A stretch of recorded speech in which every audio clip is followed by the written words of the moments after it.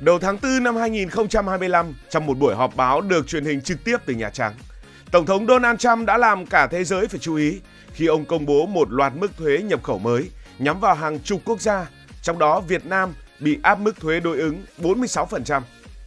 Nhưng điều gây sốc hơn là tuyên bố của ông rằng Việt Nam đang áp thuế lên hàng Mỹ tới 90%.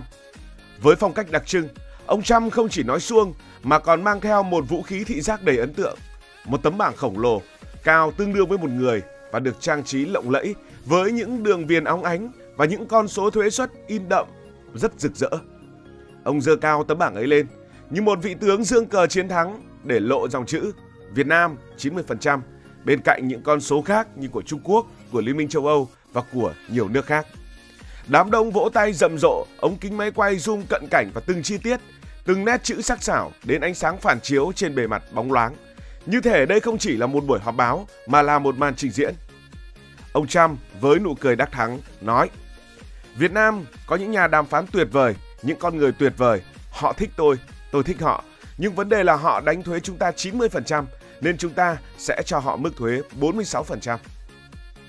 Câu nói này vừa mang tính khen ngợi, vừa là lời cảnh báo khiến nhiều người tự hỏi liệu Việt Nam có thực sự áp thuế Mỹ 90% hay không và con số này đến từ đâu.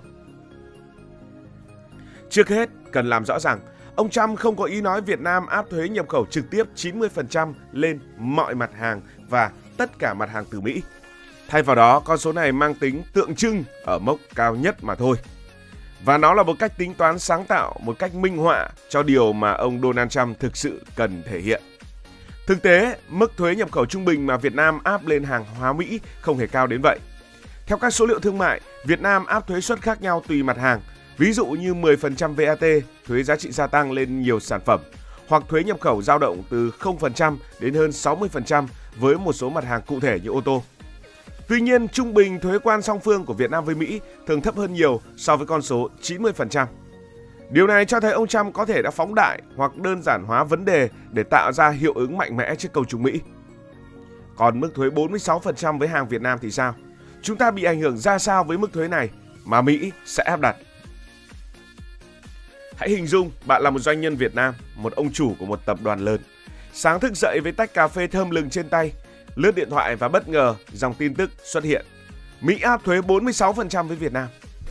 Thoạt nghe bạn có thể nghĩ đây chỉ là một cơn ác mộng, nhưng không, đó là sự thật vừa xảy ra vào sáng ngày 3 tháng 4 năm 2025. Tổng thống Donald Trump với phong cách quyết liệt quen thuộc đã công bố một loạt mức thuế nhập khẩu nhắm vào hàng chục nền kinh tế. Và Việt Nam không may mắn nằm trong danh sách đen với con số khủng khiếp lên đến 46%. Vậy chuyện gì đang xảy ra? Tại sao Mỹ lại nhắm vào Việt Nam, một quốc gia vốn được xem là bạn hàng thân thiện? Và những ông lớn như Hòa Phát, VinFast hay May Sông Hồng sẽ xoay sở như thế nào trong cơn bão kinh tế này? Để hiểu rõ tại sao Mỹ làm điều này, chúng ta cần quay ngược thời gian một chút và nhìn vào bức tranh lớn. Donald Trump, người trở lại Nhà Trắng vào năm 2025, không phải cái tên xa lạ với chính sách America First, nước Mỹ là trên hết. Ngay từ nhiệm kỳ đầu tiên, ông đã nổi tiếng với những đòn thuế quan mạnh tay nhắm vào Trung Quốc, Liên minh châu Âu và bất kỳ quốc gia nào mà ông ta cho là đang ăn cắp việc làm của người Mỹ. Những cuộc chiến thương mại ấy từng làm rung chuyển thị trường toàn cầu, đẩy giá hàng hóa tăng vọt và buộc các nước phải ngồi vào bàn đàm phán. Giờ đây, với sự trở lại đầy quyền lực, ông Donald Trump dường như quyết tâm nâng tầm chiến lược này lên một cấp độ mới.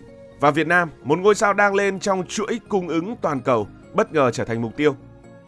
Nhưng tại sao cứ phải là Việt Nam? Câu trả lời nằm ở 4 chữ: thặng dư thương mại. Trong hơn một thập kỷ qua, Việt Nam đã trải qua một cuộc lột xác kinh tế đáng kinh ngạc.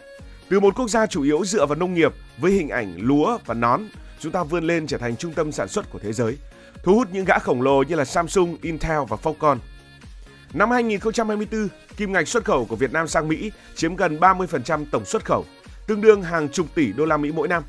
Trong khi đó, Mỹ nhập khẩu từ Việt Nam nhiều hơn rất nhiều so với lượng hàng họ xuất sang đây, tạo ra một khoản được gọi là thặng dư thương mại khổng lồ. Với Donald Trump, đây không chỉ là vấn đề kinh tế mà là một điều gây trở ngại cho nước Mỹ. Ông ta muốn cân bằng thương mại, bảo vệ việc làm cho công nhân Mỹ và gửi thông điệp rằng không ai được phép thắng Mỹ trên bàn cờ kinh tế. Chưa hết, Mỹ còn nghi ngờ Việt Nam làm cầu nối cho hàng hóa Trung Quốc mà mục tiêu là gì? Mục tiêu là để hàng hóa Trung Quốc tránh thuế. Từ lâu Mỹ đã lo ngại rằng thép, điện tử hay dệt may từ Trung Quốc có thể được chuyển sang Việt Nam, gắn mác Made in Việt Nam để tránh các mức thuế trừng phạt mà Mỹ đã áp lên Trung Quốc. Dù Việt Nam đã cố gắng chứng minh sự trong sạch bằng cách áp thuế chống bán phá giá tạm thời lên thép Trung Quốc, thì Bộ Thương mại Mỹ vẫn không bị thuyết phục. Với họ, thép không gỉ Việt Nam, một mặt hàng xuất khẩu chủ lực, đang bị bán phá giá, tức là bán rẻ hơn giá trị thực và có dấu hiệu nhận trợ cấp không công bằng từ chính phủ. Nhưng đó chỉ là lý luận từ phía Mỹ. Và kết quả là một mức thuế 46% được giáng xuống, mở đầu cho chuỗi sự kiện có thể thay đổi hoàn toàn cục diện kinh tế Việt Nam. Hãy bắt đầu với ngành thép, với một bài viết trên VN Business đã tập trung phân tích. Thép không gỉ, thứ kim loại sáng bóng bạn thấy trong dao kéo nhà bếp, khung xe ô tô hay các cỗ máy công nghiệp, từ lâu là một trong những con cưng của Việt Nam khi xuất khẩu sang Mỹ. Nhưng giờ đây, với mức thuế chống bán phá giá 46%, mọi thứ thay đổi chóng mặt. Mỹ là một trong những thị trường lớn nhất, mang về doanh thu hàng trăm triệu đô. Nhưng giờ đây, mỗi container thép xuất sang Mỹ phải gánh thêm 46% chi phí thuế. Một cuộn thép giá khoảng 1.000 đô bỗng chốc đội lên 1.460 đô la Mỹ. Khách hàng Mỹ sẽ nghĩ gì? Họ có thể quay lưng, chọn mua thép nội địa hoặc từ những nước như là Ấn Độ, Brazil, nơi không bị áp mức thuế khủng khiếp như vậy. Tương tự, tôn hoa sen, một biểu tượng của ngành tôn thép Việt Nam với những cuộn tôn sáng loáng xuất khẩu đi khắp thế giới, cũng đang đối mặt với cơn ác mộng. Giấc mơ Mỹ của họ, từng được xây dựng qua bao năm nỗ lực, giờ đây bị đe dọa nghiêm trọng. Khách hàng Mỹ không muốn trả thêm tiền, còn tôn hoa sen không thể mãi chịu lỗ để giữ giá. Nếu tình hình kéo dài, những nhà máy từng rực cháy ngày đêm có thể sẽ phải giảm công suất và hàng nghìn công nhân sẽ đối mặt với nguy cơ không ổn định việc làm. Ngành thép Việt Nam không chỉ là câu chuyện của những con số mà còn là niềm tự hào quốc gia. Hòa Phát, Nam Kim, Hoa Sen không chỉ sản xuất thép mà còn xây dựng thương hiệu Việt Nam trên bản đồ thế giới. Nhưng giờ đây, với thuế 46%, họ sẽ đứng trước nhiều ngã rẽ. Đây không chỉ là vấn đề của riêng ngành thép mà còn là dấu hiệu cho thấy một cuộc chiến thương mại lớn đang ập đến, nơi Việt Nam cần phải có những tính toán lâu dài hơn. Từ ngành thép, hãy nhìn sang một ngành nổi tiếng nữa của Việt Nam, đó là ngành dệt may, một trong những trụ cột xuất khẩu của Việt Nam. Công ty may Sông Hồng, nơi 80% doanh thu đến từ thị trường Mỹ sẽ gặp khó khăn. Một chiếc áo giá 10 đô giờ phải cộng thêm 4,6 đô la Mỹ thuế và người tiêu dùng Mỹ sẽ không ngần ngại chọn hàng từ Mexico hay Bangladesh với mức giá rẻ hơn. Ngành dệt may vốn đã cạnh tranh khốc liệt về giá và thuế 46% như một nhát dao chí mạng, đe dọa hàng triệu việc làm của công nhân, những người ngày đêm ngồi bên máy may để kiếm sống. Rồi ngành điện tử cũng không nằm ngoài tầm ngắm. Những gã khổng lồ đa quốc gia như Samsung, Intel hay Foxconn vốn chọn Việt Nam làm điểm xuất phát, có thể xoay sở bằng cách chuyển nhà máy sang Thái Lan, Ấn Độ hay những nước không bị thuế đè nặng. Nhưng với doanh nghiệp nội địa, chẳng hạn các nhà cung cấp linh kiện nhỏ lẻ, họ không có lựa chọn nào khác ngoài việc ngậm đắng nuốt cay. Một chiếc điện thoại Samsung sản xuất tại Việt Nam giờ đây đắt hơn khi đến tay người Mỹ, và điều đó có thể khiến các ông lớn cân nhắc lại chiến lược đầu tư dài hạn tại đây. Đến cả ngành ô tô và xe điện, niềm tự hào mới của Việt Nam cũng không tránh khỏi lưỡi hái thuế quan. VinFast với tham vọng chinh phục thị trường Mỹ bằng những chiếc xe điện giờ đây sẽ bị ảnh hưởng.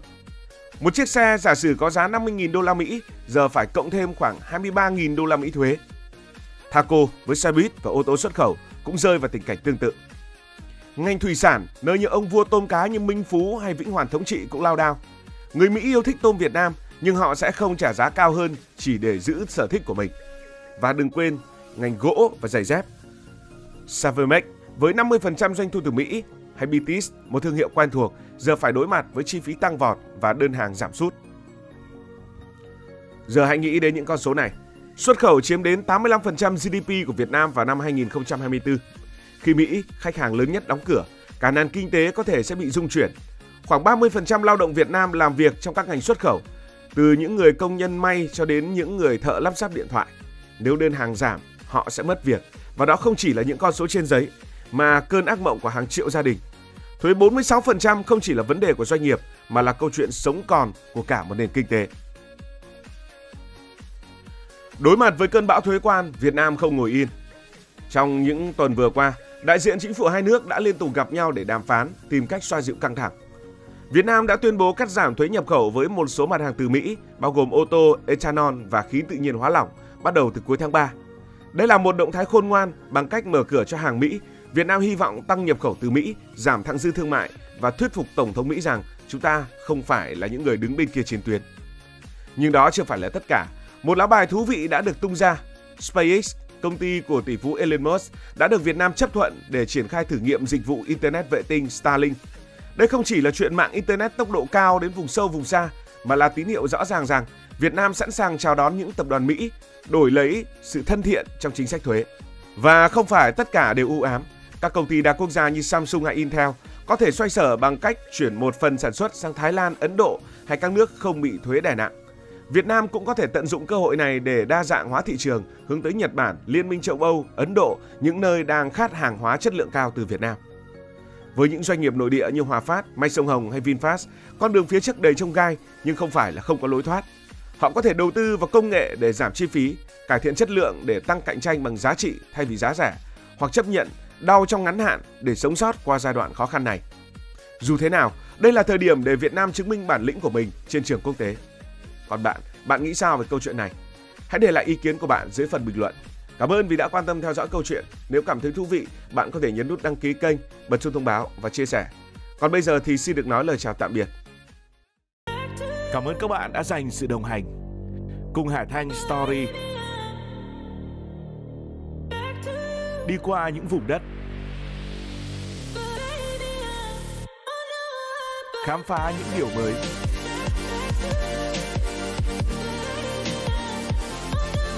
Đừng ngần ngại, hãy để lại những góp ý và xin được hẹn gặp lại.